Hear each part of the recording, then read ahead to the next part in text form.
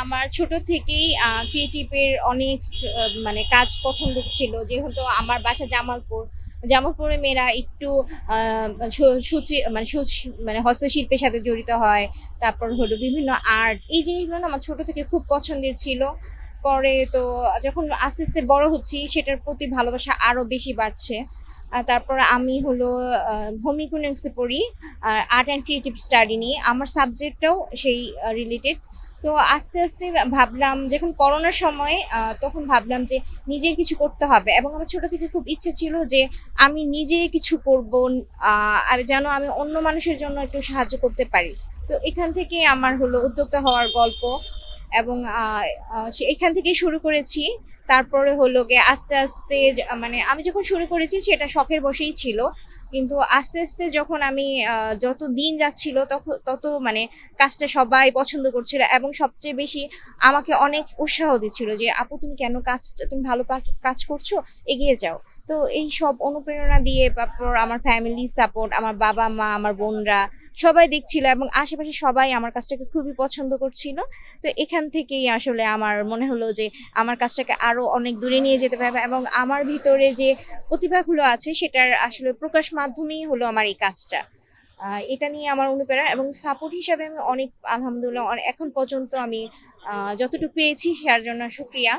আমি বিশেষ করে দেশীয় জিনিসগুলোর উপর বেশি কাজ করছি, যেমন আমরা হলো হ্যান্ড পেইন্ট নিয়ে কাজ করছি, তারপর টাইডের উপরে কাজ করছি, তারপর কাঠের যে গহনা, মানে বিভিন্ন গামছা দিয়ে তারপর আমার গহনা, আমাদের দেশীয় যেগুলো বিষয়গুলো আছে সেগুলো নিয়ে আসলে বেশি কাজ করা হচ্ছে আমার। তারপরে যে হোমমেড যে জুয়েলারিগুলো, এই সব কিছু নিয়ে, যেহেতু আমি আর্টের স্টুডেন্ট, তো আমাদের আরো অনেক কিছু শিখিয়েছি, তো সবগুলোর উপরেই বেস করে কাজ করা।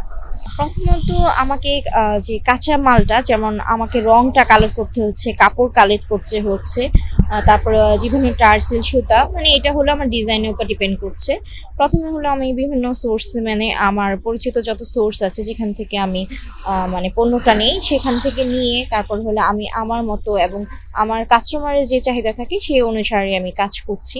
এবং সেটা মানে মানে আমার অনলাইনে জিনিসটাকে ছবি তুলে দিচ্ছি, বা আমার নিজের পণ্য আমি নিজে পড়েছি, সেখান বিভিন্ন মেলায় অ্যাটেন্ড করছি। তো সেখান থেকেই আমার কাস্টমার আমার মানে জিনিসগুলো পছন্দ করার পর তারা অর্ডার করে, এবং আমি অনলাইনে হোক অফলাইন হোক যেভাবেই হোক মানে আমি তাদের হাতে পৌঁছাচ্ছি আর কি। আসলে আমার জন্য পণ্যের মানটা খুবই গুরুত্বপূর্ণ। আমি সবসময় চাই যে আমার কাস্টমার সবসময় আমার কাজ নিয়ে হ্যাপি থাকুক।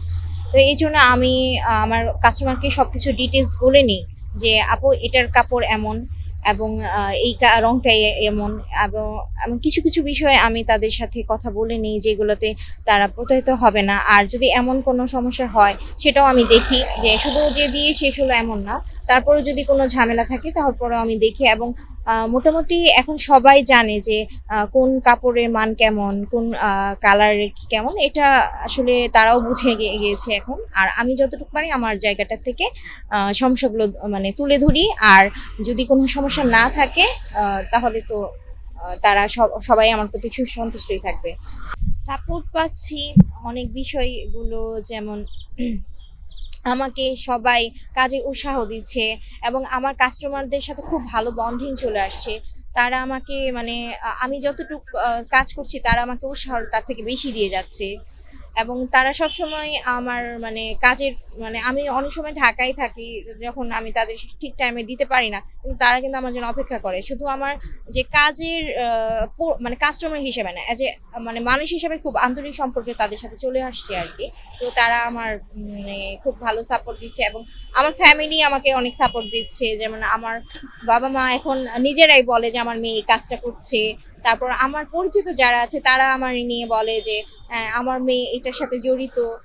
তারপরে আমার এখন মানে উদ্যোক্তা হিসেবে আসার পরে অনেক পরিচিত হয়েছে, এবং সবার মোটামুটি ভালো দিকটা প্রশংসাটাই আমি পেয়েছি। এই শাড়িটা আমারই করা, আমার নিজের শাড়িগুলো এখন নিজেই করতে পছন্দ বেশি করি। আর এই শাড়িটা করতে প্রথমে আমার শাড়িটা মসলিন, এটা সেমি মসলিন। তারপর হলো গিয়ে এটার মধ্যে আমি কিছু কাপড়, টুকরা কাপড় কিনেছি, তারপর সুতা কিনেছি। সেই অনুসারে মানে এখানে আঠা দিয়ে প্রথমে কাপড়গুলো লাগিয়েছি, তারপর সুতা দিয়ে টিচ মানে মানে সুতার যে ওয়ার্কগুলো সেটা করেছি। আর এটা সেল করতে হলে সবকিছু মিলে 1700 বা 1600 এরকম করবে আর কি। আমি প্রথম আমার জীবনে শুরুটা হয়েছিল জামপুর সরকারি বালিকা উচ্চ বিদ্যালয়। তারপর আমি কলেজ জীবনে ছিল সরকারি আশিক মাহমুদ কলেজ, এবং এখন আমি ঢাকা ইউনিভার্সিটির হোম ইকোনমিক্স, এবং আমার subject art and creative study. মানে আমার পুরাটা এখন যে, এবং আমার মাস্টার্সও আর্ট অ্যান্ড ক্রিয়েটিভ স্টাডি। আমার আসলে নিজের উদ্যোক্তা হওয়ার পিছনের গল্পটা হলো আমার কাজকে প্রথমে ভালোবাসা, আমার কাজের প্রতি নেশা। আর সবচেয়ে ভালো কথা হলো আমি কাজটাকে মানে এজ এ শখ হলেও আমি খুব এটার প্রতি খুব মানে ভালোবাসা, এটার জন্য আমি অনেক কষ্টও করতে পারি। তো ভাবলাম যে আমাদের সেটা নিয়ে আগানো উচিত যেটার প্রতি আপনার নেশা আছে। তো আমার কাজের প্রতি নেশা, এবং ভাবছি যে এই কাজটা করে তো আমার একটা নিজের পরিচিত আছে, যে আমি আমার শ্রমটা মেধাটাকে এমন একটা জায়গায় ব্যয় করছি, সেটা হলো গিয়ে আমাকে প্রতিষ্ঠিত করছে। আমার মনে হয় যে নিজে লেগে থাকলে একটা দিন ভালো কিছু আসবে। আর যেহেতু আমার এখানে প্রতিভা আছে, আমি আমার প্রতিভাটাকে আমার পরিশ্রম দিয়ে আমি এগিয়ে নিতে চাই এটা। এবং আসলে অনিন্দিতা শুধু আমার একটা পেজ না, মানে আমার একটা স্বপ্ন।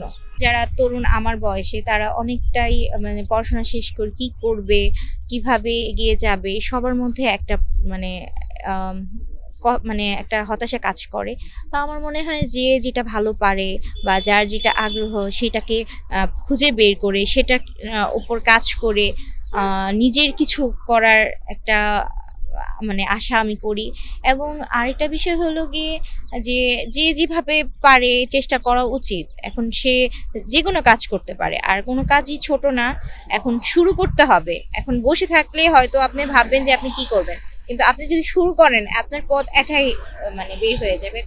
তো আপনার শুরুটা করতে হবে। আপনি প্রথম ফাইন্ড করতে হবে যে আমি কি করব, একজন তরুণ হিসাবে আমার কি চাহিদা, আমি 5 বছর পরে আমার স্বপ্নকে কোথায় নিয়ে যেতে চাই।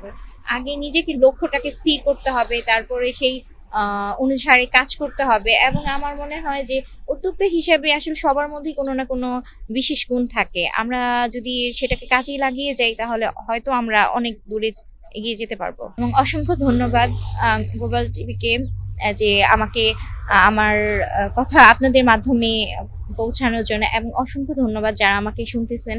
এবং আমি চাচ্ছি যে শুধু আমি একাই না, আমি চাই আমার মতো তরুণরাও এগিয়ে যায়, কারণ বাংলাদেশকে আমাদের সবার কে এগিয়ে নিয়ে যেতে হবে। এবং শুধু চাকরি না, উদ্যোক্তা হয়েও এগিয়ে যেতে পারবো। আর আমার মনে হয় উদ্যোক্তা হলে যে আপনার ভিতরে যে প্রতিভা আছে সেটাকে আপনি বের করতে পারবেন, এবং আপনি শুধু অন্যের অধীন না, নিজেই আপনি অনেক মানুষকে কর্মসংস্থানের ব্যবস্থা করে দিতে পারবেন।